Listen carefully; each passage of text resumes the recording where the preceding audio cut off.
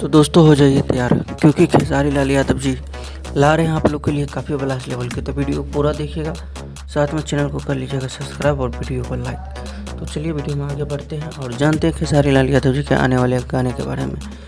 दोस्तों बताना चाहूँगा खेसारी लाल यादव जी के काफ़ी बेहतरीन से सॉन्ग आ रहा है आप लोग के बीच में।